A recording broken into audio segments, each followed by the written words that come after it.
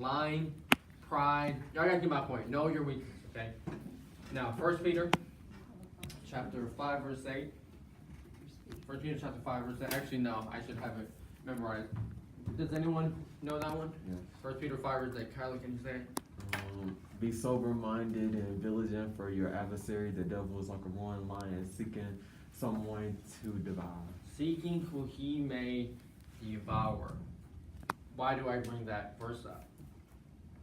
I know Kyler's weakness. I'm praying on him. I'm seeing that he's doing this and this. I'm seeing his little spots where I can go into and try to creep into and then boom, snatch him. I'm praying on him. Why? Because his weaknesses are there. His weaknesses are shown. That is what Satan does. He's seeking who he may devour. At the end of this message, whenever you walk out this door, whenever you go to your room, whenever you go to your house, Satan is seeking and praying at you, seeking what he may grab and make you fall into. I don't know what desires you might have today. I don't know what temptations you are dealing with today, but Satan is seeking after that, and Satan will not stop coming after you until you are done, until you are fed up with it. Seeking is what Satan does so that he may put us into sin. Now, how do I do that? I know that might sound kind of harsh, but it is the truth. What must I do so that I may stop falling into the same temptation? I'm saying that for myself. Ariel, you need to stop doing the same thing. What are you going to do about it? Satan is just beating you and beating you and beating you. One word that I came up with. Someone turn to your neighbor and say hashtag progress. Hashtag progress. Now push your neighbor and say hashtag progress. Hashtag progress. Okay, that was from the fireworks there. That is the word that we have to do in order, that is the word that we have to do. That is the idea that we must know in order to keep on growing in the spiritual warfare, which is what? God just said it. Hashtag Progress. Progress, okay? Whenever we have progress, whenever we are growing and slowly but surely diminishing our desires that we have in us, Satan is like, I can't go into that anymore. He's not struggling with anger no more. Let me try to find another tight spot. He seems to be doing well. All right, let me go over here. Hey, Ariel, talk to this girl here. Go. And then I do it. You see what I mean? Satan goes around looking who he may devour. So that's why we have to resist him within the moment. Because let him not find our tight space where he can creep into. And the only way that he cannot do that is if we make progress, okay? So the second one is this.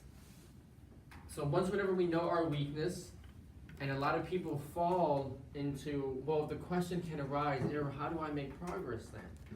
If I keep on failing at my same sin, what makes you think that I'm going to make progress, even though I know subconsciously that I need to stop it? That's not going to help me. When are you ever going to tell a drug addict, hey, you need to stop that because it's messing up your brain? Yeah, man, I know. But he's doing it right in front of you. You know what I mean? He's doing it right in front of you. So me telling him, hey, that is wrong, he's still not going to care. He's still doing it, right? Right? So what is the solution then? Hey, if you give him the effects and then you explain to him, and if you give him the solution, not just the answer. I know those might kind of mean the same thing, but let's try to go away from the diction. I can give you an answer, right? Hey, the answer that if you keep on doing this and this, here's this and this going to happen. Yeah, I know. What is the solution for you to stop that? That's different, right? What is the solution for you to stop that? And the solution to fight our weakness and to fight our desires within us is knowing verses about our weakness. That is the second one. Know verses that deal with your weakness. Now, for example, I say this word a lot. Lust, because I'm practicing on it, because I know more and more people come in here. Raise your hand if you actually know what lust even means. Except for the ones that been here. Lust. Lust basically means, actually, can someone go ahead and say it, be bold? Joshua? Strong sexual desire. A strong sexual desire. Y'all want to go ahead and, it's alright to get uncomfortable, it's okay, because not many people speak about it. Here's the reason why I bring up lust, okay? So, look at this, guys. I'm sorry to say this. I don't know if it's probably in this room, but 1 out of every 3 phones, let's be serious, 1 out of every 3 phones, people watch pornography. And the weird thing about the topic of lust and pornography, people get so uncomfortable. Why? Because American churches do not speak about it. So it is okay if you are feeling some type of way. It's not your fault. The American churches do not speak about it. Why? Because so many people face through it. Let's kind of go off topic a little bit. Whenever you go to your church, right? 1 out of every 3 phones, one of the phones are viewing something that they should not be viewing. It's kind of sad to say.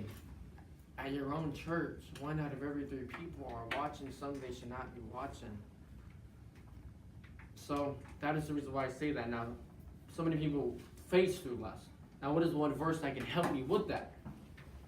If you are familiar with the Bible, you can kind of say the verse as best you can. Matthew chapter 5, verse 28. Does anyone know that verse?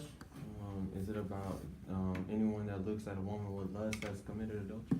Anyone who looks at a woman with lust, I tell you, anyone who looks at a woman with lust has already committed adultery within his or her heart. Adultery is what? Can someone explain what adultery is? Basically, like cheating on your significant other. Cheating on a significant other. I'm having a wife and I go ahead and have lust over some other hot woman and I have something, okay? So I don't want to go into why, okay, so that is the point, right? Me, myself, if I memorize that verse saying, oh, okay, I cannot try to have any sexual attraction towards that woman because I'm committing adultery, because I am married with Christ, I am his significant other, and if I am doing that to that woman, I am practically cheating on Jesus. So I do not want to commit a breakup for a moment to be with a lesser person. You know what I mean? And so many people post things on Twitter, why would you want to end your relationship over a lesser someone? And that happens with us Christians all the time. We choose a lesser thing. Let's be honest here. We choose a lesser thing over the greatest thing. So that is the solution to fight our weakness. Know verses that you are struggling with. If I keep that verse in mind. Oh, one story real quick. Back in the school that I went to, there was a lot of fights, right? And of course, surprisingly, there was a fight over there. Me and my friends, we were here. Yeah, I was watching from the distance. My friends, they wanted to go. They're like, hey man, come on, man, let's go. I'm like, just something in me, my heart was just solid. It was like a rock. So something to pull me back. You know, not something to pull me back, but my heart, right? And then they want to go. I'm like, y'all guys can go. And then they're like, no, come on, man, let's go. And I got sick of it. They're supposed to be Christians too.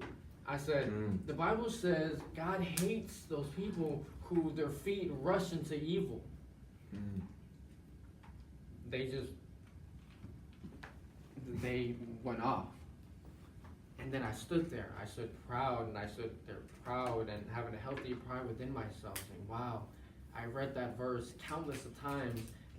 The other night, I felt something in me. Keep reading that verse. Keep reading that verse. Keep reading that verse. Like, why do I feel something that's keep telling me to read this verse? Why is it jumping out at me so much? And I know the reason why. There's going to be a fight the next day, and I don't want to go into it. And yes, of course, the cops came, yada, yada, yada. Y'all got to know how that goes. But I was kept there safe.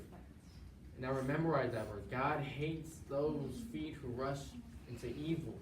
Whenever you see a fight out here in the schools, because you know that we do have them here, do not be the ones that rush into it. Do not be like the rest of the crowd here. God hates those people. I know hate is a strong word, but eventually we'll get into why he uses the word hate. He hates the sin, not the person. He hates the sin. Okay, anyway. So I gotta get my point right. Know your verses about your weakness. Okay, now, laziness. Who here struggles with laziness, especially here in school? Come on, let's be honest. Definitely. I sleep in class like every day, you know what I'm saying? I sleep in class like every day. It's not a good thing to say. I'm up here preaching, and I'm over here telling you I sleep in class every day. Sometimes I do. But this verse really did convict me the other day. It was Ecclesiastes chapter 9. Ecclesiastes 9 and 10. Can you please open it up? Ecclesiastes 9 and 10. Raise your hand if you know what the book of Ecclesiastes is, or what its main focus is on. It's about life, right?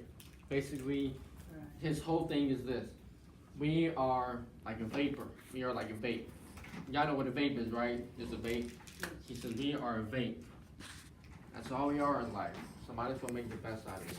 That's kind of harsh. That's so hard. Now this is what Ecclesiastes says. And I want one of y'all ladies to read it. Fine. Okay. So basically this verse right here is about laziness. How do I overcome this? And so many teenagers in high school deal with laziness, especially me. You can do the work, but you just don't want to. Why? Because you're lazy. You can do something great with your life. You can learn so many new things in your life. Why? Because you are lazy. So something that I had to impute it to my heart to get rid of that, to help me to make what? Hashtag what? Progress. Read this, please. Whatever your hands find to do, do it with all your might. For in the realm of the dead, where you are going, there is neither working nor planning nor knowledge nor wisdom. That is so truthful. It hurts. Now, with the verse that she just read, he basically went from this level to this level real quick. He said this. Because where you are going, he's talking about what? Death, right? Mm-hmm. So where you are going, which is the grave, there is neither working, nor planning, nor knowledge, nor wisdom. There is nothing. There's absolutely nothing. So therefore, make the best that you can now. Do it with all you might. With all of your might. Because where you are going, down the few years, I'm starting to talk about death when this meeting, hasn't been here in a while. I'm sorry to talk about the topic of death, but it has to be said. Where you are going, death, it is nothing. Therefore, do everything that you do with your mind, because in the end, it will be nothing. Then, of course, these will come, then we will be. That's for another topic. That is the first one, okay? The second one, know verses that deal with your weakness, so that you may grow in His Word and have the verses in your heart, so that whenever it does come to the time that you are faced with the temptation within yourself, you may say no. Read it daily. Read the Bible daily. Then the third one, last one, is pray. You must have God's presence so that we may know who He is, so that we may know that He is with us. And we are not alone in this fight. I do not want to wake up every single day and feeling empty. I do not want to, even though there will be some times where we will feel empty